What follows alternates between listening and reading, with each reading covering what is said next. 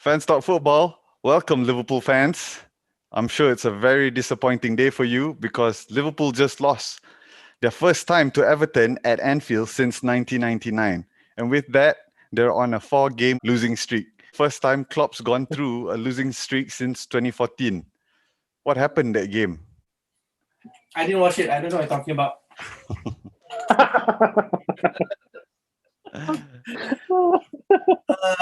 What happened in the game? It's basically just a combination of the last 12 months.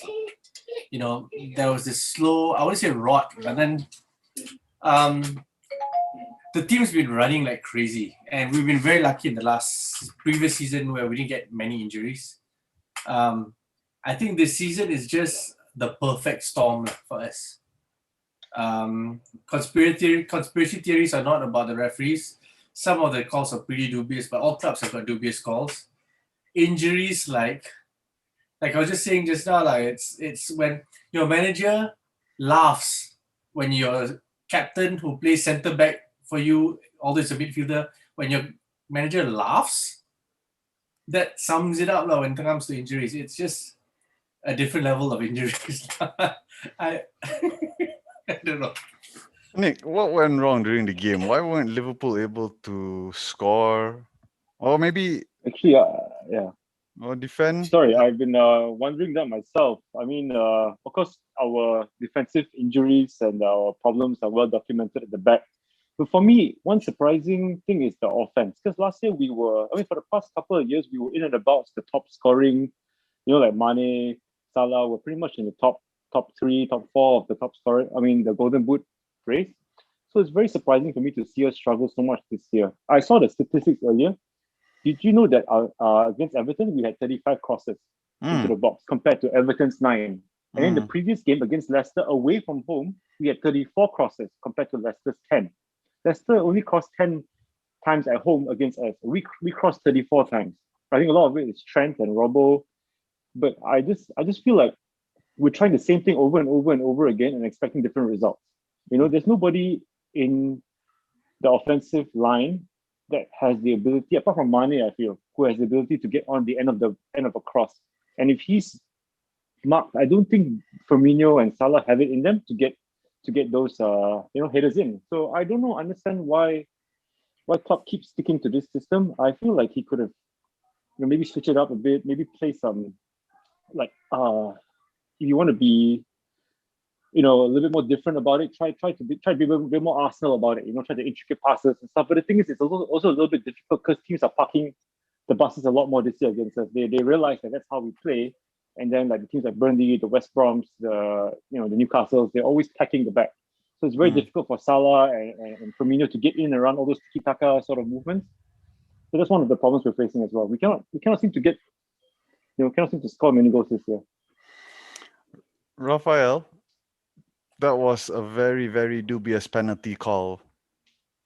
What happened there? A brilliant header by Trent. I mean, to get a header from behind, back of your head, it's not easy when you don't even see it coming, man. Yeah, it's like a Jedi mind trick. Yeah. I'm struggling to figure out what the rationale is. Maybe because it started off with a slide. And it's not, I mean, if I saw Trent lifting up a leg or like a trailing hand trying to pull the kaki down, okay lah. But Trent didn't even know where he was. It was a really, really shady call. One that ruined any chance of Liverpool getting anything from the game. I disagree. I think that call aside, one, it's not like we were knocking on the door. Like Nick said, we had 35 crosses. But I think the difference is that this season our crosses are not part of a transition. The defenses have always managed to come back and just get ready.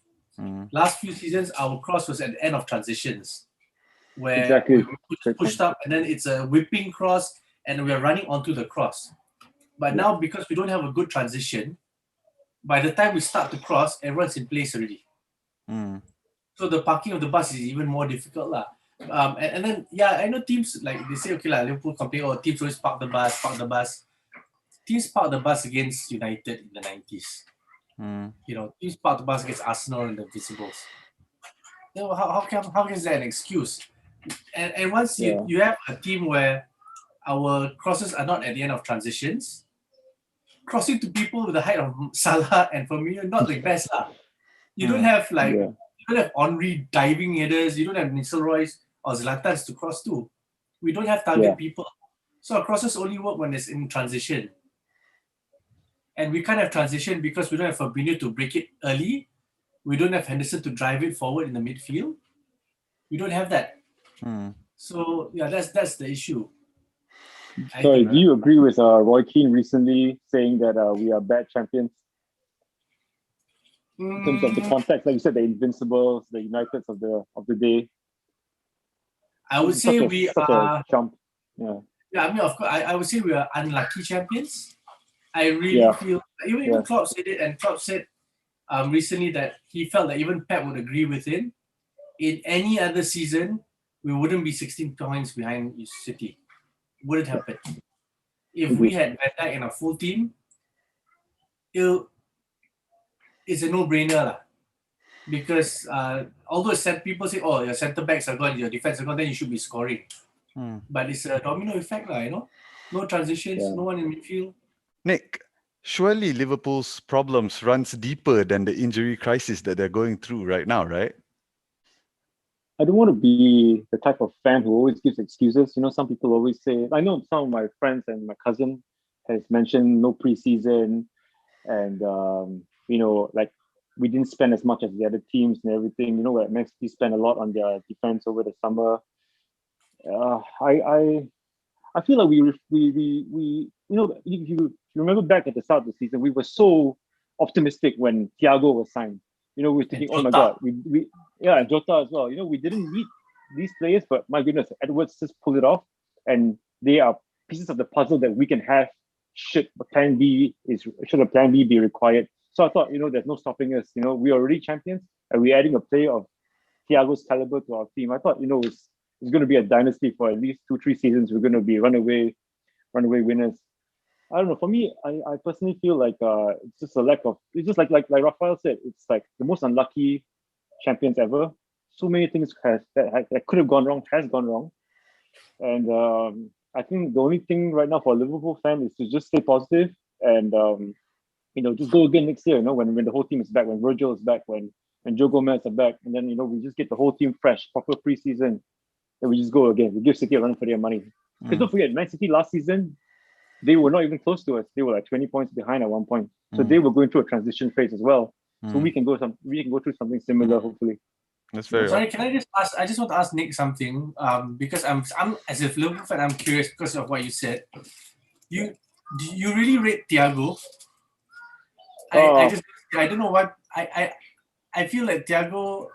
I feel like I'm being a football novice when I say things like, I don't see what's so great about Thiago, and everyone else is like, "Oh, Thiago!" Like, what? But why? What's so great? I think for me, I think it's a bit more circumstantial. I think Thiago looked really good for Spain, really good for Bayern. I guess maybe he doesn't suit Liverpool's system as well, so he looks really, really average, I guess. But I think if you put him in a Bayern team or a Barca team, I think he will shine a lot more because they're very slow build up, Whereas Liverpool is very trend straight to Salah. Like you said, like how the transitions, when I think the second goal against Man City last year was when Alisson to Robo cross straight to Salah got at the end of it, and then it was straight away into a goal. It was just three touches, I think. That was it. Whereas Thiago, look at him, he's like 1 pass, 2 pass, 3 pass. So it looks a little bit static. So do we need him? Do we That's need the thing. That's the thing. But I think maybe give him a bit more time. I think give him a year more. I think it's a bit too fast to judge a guy like that. Yeah. I don't know. I could be a football romantic because I've always missed a player like Torres' caliber. Someone who just come and just wow us. Or Xabi Alonso. Remember Xabi Alonso used to spray those passes like 70 yards.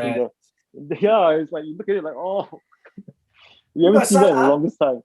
Oh, you got Salah. Yeah, we do. Final question, Raphael. Where does Liverpool go from here? Liverpool's now 6, right? So the race for top 4 looks to be even more convoluted right now.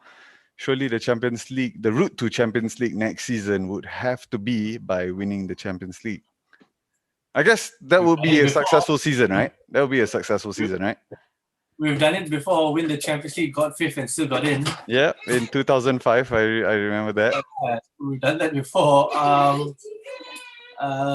And we could if we had defenders that are over the age of 20. Hmm. But surely that has to be the target, right? Right now, surely that has to be Champions League, you're right. the saving Champions League grace. is a target. Europa League is not enough. Hmm. Okay. The only reason why I think Champions League is important is not for pride. It's not even for the money. It's just to attract the players we need to get back up there. That's it. All right, thanks guys for sharing your thoughts. I do wish Liverpool all the best in their next game, which is against Sheffield United away next weekend. Looks like a sure win, right? That one has to be For who? for Liverpool. Sheffield United just lost to Fulham.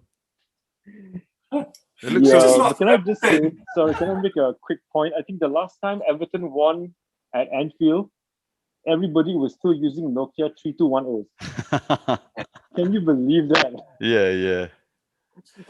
All right, thanks so much, guys, for sharing your thoughts. Hope you enjoy the rest of your Sunday. Take care. Thank you. Thank you.